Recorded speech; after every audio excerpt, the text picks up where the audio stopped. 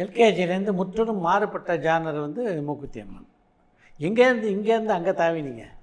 நான் வந்து LKG promotion போது இங்கே ஃபுல்லாக இந்தியா ஃபுல்லாக இப்போ வரைக்கும் நினைக்கிறேன் ஒரு மாதிரி இந்த கம்யூனல் வைலன்ஸ் கம்யூனல் விஷயங்கள் வந்து சோஷியல் மீடியா ஆகட்டும் நிறைய இடங்களில் வந்து இதுவே இருக்கும்போது எனக்கு தோணுச்சு அடுத்த படம் ரிலீஜனில் பண்ணலாம். எனக்கு பிகே மாதிரி ஒரு படம் பண்ணணும் அப்படின்ற ஒரு ஆசை இருந்தது. இது நிறையா ப்ரொமோஷன் முன்னாடியே சொல்லிட்டேன், அதனால் இந்த கதையை ஷார்ட்டாக சொல்கிறேன்.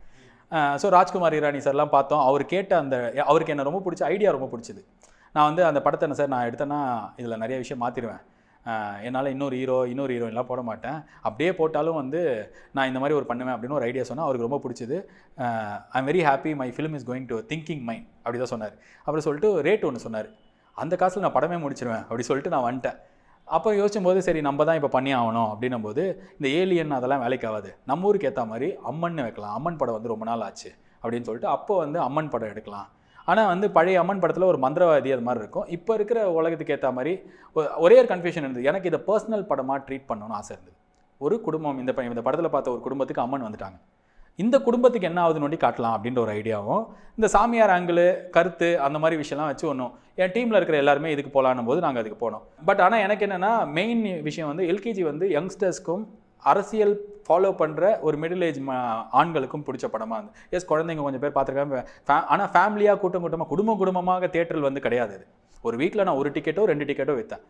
எனக்கு அடுத்த படம் வந்து ஒரு வீட்டில் இருக்கிற எல்லாரும் சேர்ந்து குடும்பத்தோடு வந்து பார்க்க வேண்டிய படமாக இருக்கணும். எனக்கு வந்து நான் இதுவும் சொல்லிது காவியம்லாம் கிடையாது சார். இப்போ செகண்ட் ஹாஃபில் முதல்வன் படத்தில் 20 வருஷம் முன்னாடி பண்ண விஷயத்தை தான் நான் வந்து உட்காந்து இது கேட்டிருப்பேன். இப்போ நீங்கள் வந்து விமர்சனம் நான் சொன்னால் நானே விமர்சனம் பண்ணுவேன் அந்த படத்தை, இது இப்படி பண்ணியிருக்காங்க அப்படி பண்ணி எனக்கு தெரியும். ஆனால் ஒரு குடும்பத்தோடு ஒருத்தங்க ஃபேமிலியில் பார்க்கும்போது எவ்வளோ தேவையோ இதுதான் வேணுன்றதை ரொம்ப தெளிவாக ஃபேமிலிக்கு பண்ண வேண்டிய படம். எல்கேஜி படம் பார்த்தவங்க எப்படி இருந்தாலும் என்னை பிடிக்கும், எனக்காக வருவாங்க. புதுசாக வரவங்களுக்கு ஃபேமிலி அப்படின்னா அவங்கள கான்சன்ட்ரேட் பண்ணி பண்ணுது. இப்போ கூட நீங்கள் இந்த ரூமில் இருக்கிற பசங்களை கேட்டிங்கன்னா எல்கேஜின்னு வாங்க, ஏன்னா அவங்களோட ஜோனில் எடுத்தது. இன்டெலிஜென்ட்டாக நிறைய விஷயங்கள் பண்ணியிருப்போம். இது வந்து கமர்ஷியலாக இதெல்லாம் இருக்கணும் அப்படின்றது. நாங்கள் வந்து இந்த மூக்குத்தி அம்மன் அப்படின்னும் போது டைட்டில் ஊடி பாபான்னு வச்சுருந்தேன். என் ஆஃபீஸில் இருக்கிற அக்கா கிட்ட அக்கா ஊடி பாபான்னு படம் எடுத்தால் பார்ப்பீங்களா அப்படின்னு. அதனா அப்படின்னாங்க. மூக்குத்தி அம்மன் எடுத்தா பார்ப்பேன், அம்மன் படம் தானே. நாங்கள் அப்போ மூக்குத்தி அம்மன் ஐஸ்வரி கணேசங்களுக்கு ஊடி பாபானோன்னு அவர் ஏன் முன்னாடியே காரில் வந்து போயிருந்தோம். அவங்க பையனுக்கு ஃபோன் பண்ணார், டே ஊடி பாபான்னு படம் எடுத்தா பார்ப்பேன். ஆமாம் ஊடி பாபா, ஆர்ஜே பாலாஜி சொல்லுவார், ஊடி பாபா ஹூ அப்படின்றான்.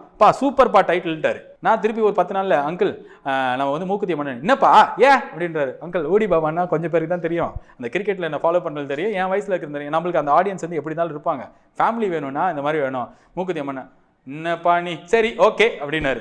கடைசியில் பார்த்தா படத்துக்கு ஒரு பெரிய நல்ல விஷயமா நடந்தது தான்.